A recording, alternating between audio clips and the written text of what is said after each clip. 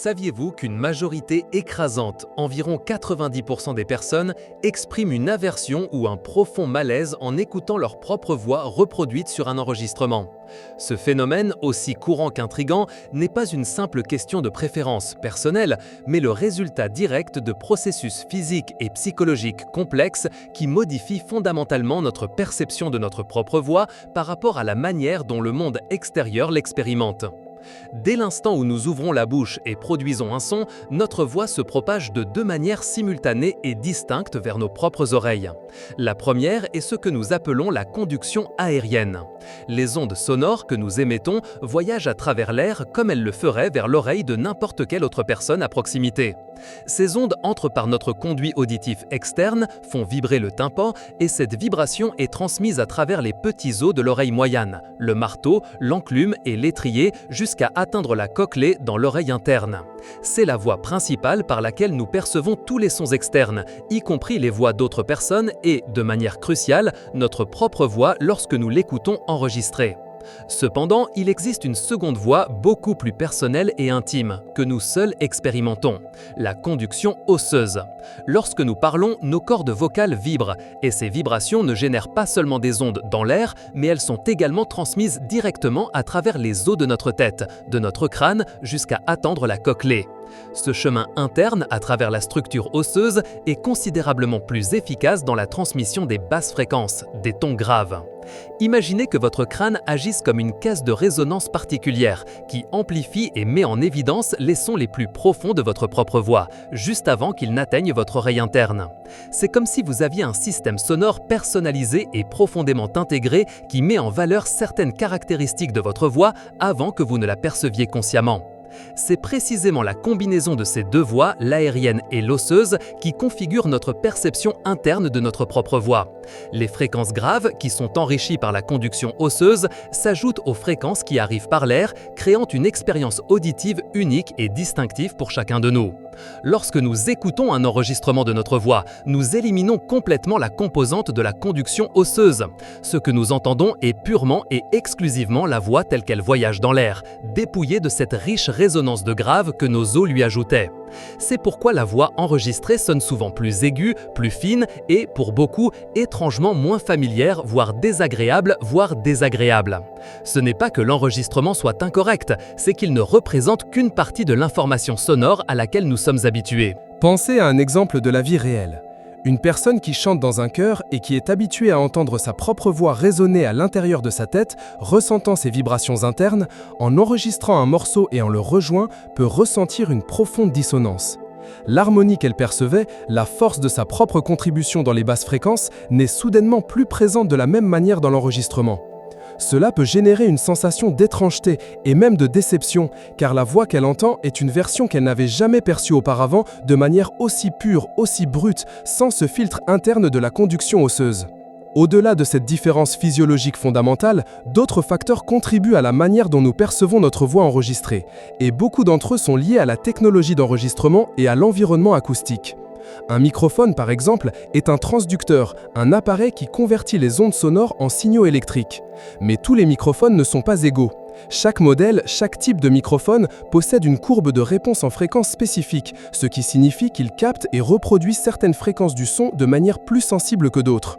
Certains microphones sont conçus pour accentuer les fréquences graves, rendant une voix plus profonde ou chaude, tandis que d'autres peuvent accentuer les fréquences aiguës, donnant un son plus brillant ou clair. Considérons les microphones à condensateur à large diaphragme, couramment utilisés dans les studios d'enregistrement professionnels pour les voix. Ceux-ci ont généralement une réponse en fréquence très large et détaillée et sont capables de capter des nuances subtiles, mais ils peuvent aussi être très sensibles au bruit ambiant et aux caractéristiques acoustiques de la pièce.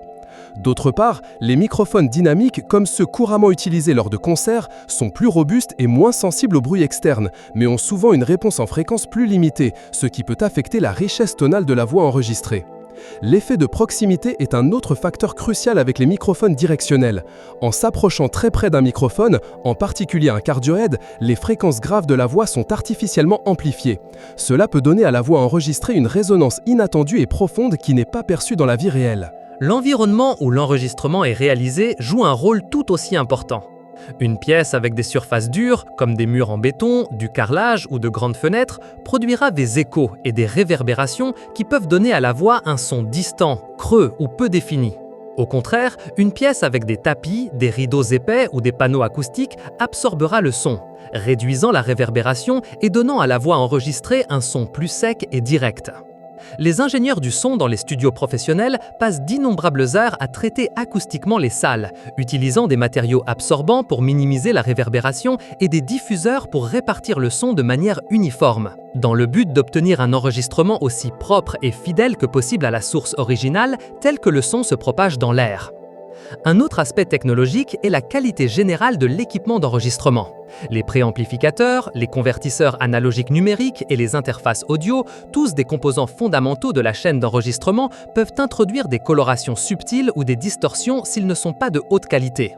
Par exemple, un convertisseur analogique numérique de mauvaise qualité peut ne pas capturer l'intégralité de la plage dynamique de la voix humaine, perdant des nuances dans les tons graves ou aigus ou introduisant un bruit de fond indésirable. Cela peut rendre la voix enregistrée moins vibrante ou moins naturelle que ce à quoi nous nous attendions. La compression audio, telle qu'utilisée dans des formats populaires comme le MP3, a également un impact sur la perception. Les fichiers MP3, pour réduire leur taille, éliminent certaines fréquences ou détails audio considérés comme moins perceptibles pour l'oreille humaine. Bien que cela soit efficace pour le stockage et la transmission, cela peut entraîner une perte de fidélité, rendant la voix enregistrée moins riche ou présente que la voix en direct ou dans un format audio sans perte. Un podcast excessivement compressé pour sa distribution en ligne, par exemple, pourrait sonner avec moins de corps et de détails que l'enregistrement original haute résolution. Outre les aspects physiques et techniques, les facteurs psychologiques sont extraordinairement influents sur la manière dont nous réagissons à notre voix enregistrée. La voix est une partie intrinsèque de notre identité.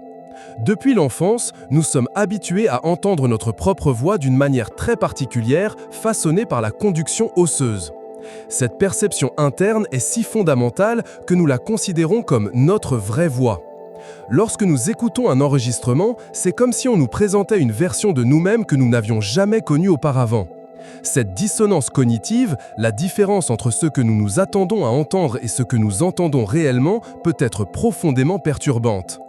Pour beaucoup, la voix enregistrée peut sembler étrange, aiguë, voire irritante, ce qui peut générer une sévère autocritique.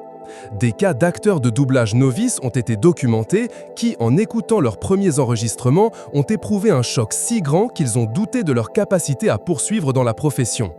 Un présentateur de radio expérimenté, par exemple, suit un entraînement vocal et écoute ses propres enregistrements pour perfectionner sa diction et son ton. Mais malgré tout, la différence entre sa voix interne et celle qui sort des haut-parleurs est quelque chose avec quoi il doit toujours composer consciemment. Ce processus d'adaptation exige une grande objectivité et une capacité à se détacher émotionnellement de la perception initiale d'étrangeté. La familiarité joue un rôle crucial. Nous passons toute notre vie à entendre notre voix de cette manière biphonique, une combinaison de conduction aérienne et osseuse. Lorsque soudain la voix nous est présentée uniquement par la voix aérienne, c'est comme si une partie fondamentale de cette sonorité à laquelle nous sommes intimement habitués disparaissait simplement. C'est un impact similaire à celui de voir une photographie de nous-mêmes prise sous un angle inhabituel qui nous rend méconnaissables. Notre esprit a une attente consolidée de la façon dont notre voix devrait sonner. Et lorsque cette attente est rompue, la réponse naturelle est la surprise, voire le rejet. Dans le domaine de la psychologie vocale, ce phénomène est connu sous le nom d'effet de la voix étrangère ou de confrontation vocale. C'est un moment où la personne se confronte à une version d'elle-même qu'elle ne reconnaît pas pleinement, ce qui peut activer des mécanismes d'auto-évaluation. Certaines personnes ressentent même de la honte ou de l'anxiété en écoutant leur propre voix enregistrée, ce qui démontre la profonde connexion émotionnelle et psychologique que nous avons avec notre manière de nous exprimer verbalement. Ce n'est pas seulement un son, c'est une manifestation de qui nous sommes. La façon dont nous modulons notre voix influence également la manière dont elle sonne une fois enregistrée. Lorsque nous parlons, nous ajustons instinctivement le volume, le ton et la vitesse en fonction du retour que nous recevons de nos propres oreilles. Si nous parlons dans un environnement bruyant, nous avons tendance à augmenter le volume. Si nous sommes dans une bibliothèque, nous le baissons. Cette autorégulation est basée sur cette double perception. Lors de l'enregistrement, nous n'avons souvent pas ce retour en temps réel, où le retour que nous recevons via des écouteurs est déjà la voix transmise par conduction aérienne. C'est pourquoi il est courant que les personnes qui enregistrent pour la première fois parlent trop bas ou trop fort ou avec un ton qu'elles n'attendaient pas, simplement parce que leur mécanisme d'auto-ajustement est désynchronisé sans la conduction osseuse. Pour ceux qui travaillent professionnellement avec leur voix, comprendre ces différences est fondamental. Les locuteurs, les podcasteurs, les chanteurs et les acteurs de doublage investissent du temps et des ressources pour entraîner leur voix et se familiariser avec son rendu enregistré. Ce n'est pas seulement un son, c'est une manifestation de qui nous sommes. Les chanteurs, par exemple, utilisent des retours d'oreille, connus sous le nom d'in-ear monitors, pour entendre leur propre voix et le mix musical exactement comme le public l'entend, ou avec le moins d'altération possible. Cela leur permet d'ajuster leur justesse, leur projection et leur timbre de manière précise, en se basant sur la perception par conduction aérienne. Ils apprennent à faire confiance à ce qu'ils entendent via les retours, même si cela diffère de leur perception interne. Dans le monde de la production audio, les ingénieurs de mixage et de mastering appliquent diverses techniques pour optimiser le son de la voix enregistrée. L'égalisation, par exemple, permet d'ajuster l'équilibre des fréquences. Si une voix enregistrée sonne trop aiguë, un ingénieur peut appliquer une légère accentuation dans les fréquences graves pour lui donner plus de corps et de chaleur. La compression, utilisée de manière contrôlée, aide à niveler les crêtes de volume et à rendre la voix plus constante et présente. La réverbération artificielle peut être ajoutée pour simuler l'espace acoustique et donner une sensation d'ambiance, évitant que la voix ne sonne trop sèche ou morte. La technologie a énormément progressé depuis les premiers phonographes de Thomas Edison, qui étaient à peine capables de capturer une plage limitée de fréquences et avec beaucoup de distorsion. Au début du XXe siècle, les enregistrements étaient mécaniques et les limitations étaient énormes. Avec l'arrivée des microphones électriques, de l'enregistrement magnétique et, par la suite, du numérique, la fidélité du son s'est améliorée de manière exponentielle. Aujourd'hui, nous pouvons capturer la voix avec une précision étonnante, mais la différence entre la perception interne et externe demeure une constante, un rappel de la biologie humaine complexe et de son interaction avec la technologie. Un cas fascinant qui illustre cela est celui des patients ayant subi des lésions de l'oreille interne ou utilisant des implants cochléaires. Leur perception de la voix, la leur, comme celle des autres, peut être drastiquement altérée. Au début de la rééducation, il leur est souvent demandé d'enregistrer leur voix et de l'écouter pour les aider à se reconnecter avec la façon dont les autres les entendent, un processus qui les aide à réadapter leurs paroles et leur auto-perception vocale. Cela souligne l'importance du feedback auditif dans la production de la parole et dans la façon dont nous nous percevons. Un autre exemple pratique se trouve dans les thérapies vocales. Les orthophonistes et phoniatres enregistrent souvent la voix de leurs patients afin qu'ils puissent écouter leur progrès. Au début, de nombreux patients sont surpris et parfois découragés par la façon dont leur voix sonne sur l'enregistrement. Cependant, en apprenant à l'écouter objectivement, ils peuvent identifier des schémas de parole, améliorer leur diction, contrôler le volume et l'intonation. Cet outil d'auto-écoute est vital pour le succès du traitement car il permet au patient d'ajuster sa production vocale en se basant sur un feedback externe plutôt que sur sa seule perception interne. La science forensique bénéficie également de l'enregistrement vocal. Dans l'identification des locuteurs, par exemple, les experts analysent des enregistrements vocaux pour les comparer avec des échantillons de suspects. Les caractéristiques spectrales, la fréquence fondamentale, la vitesse de la parole et les schémas d'articulation sont cruciaux dans ces analyses.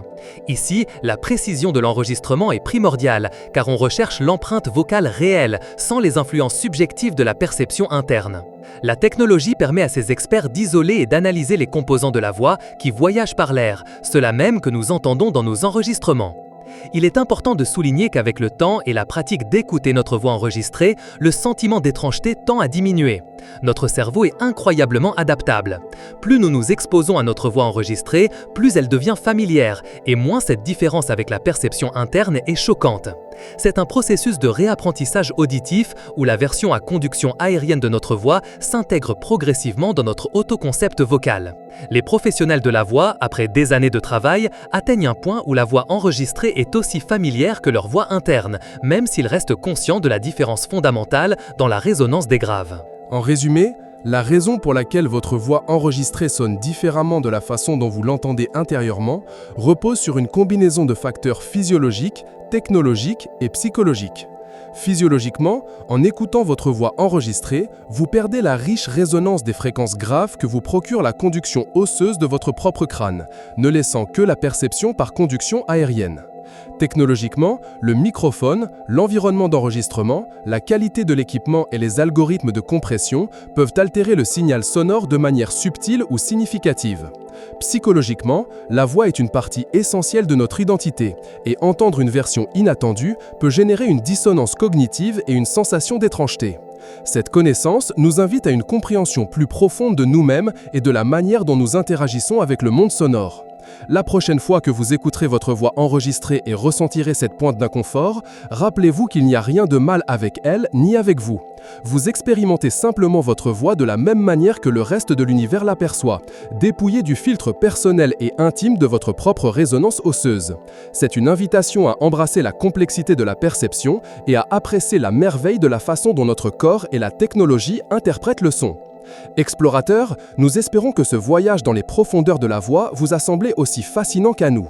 Si cette explication vous a parlé et a élargi votre compréhension de ce phénomène si courant, nous vous invitons à vous abonner à la chaîne pour ne pas manquer de futures explorations de sujets intrigants. Laissez un j'aime si le contenu vous a été utile et partagez cette vidéo avec des amis ou des membres de votre famille qui se sont également demandé pourquoi leur voix enregistrée sonnait si différemment. Vos commentaires sont très importants pour nous. Dites-nous si vous avez déjà ressenti cette surprise en écoutant votre propre voix. Nous nous retrouverons dans la prochaine aventure de la connaissance.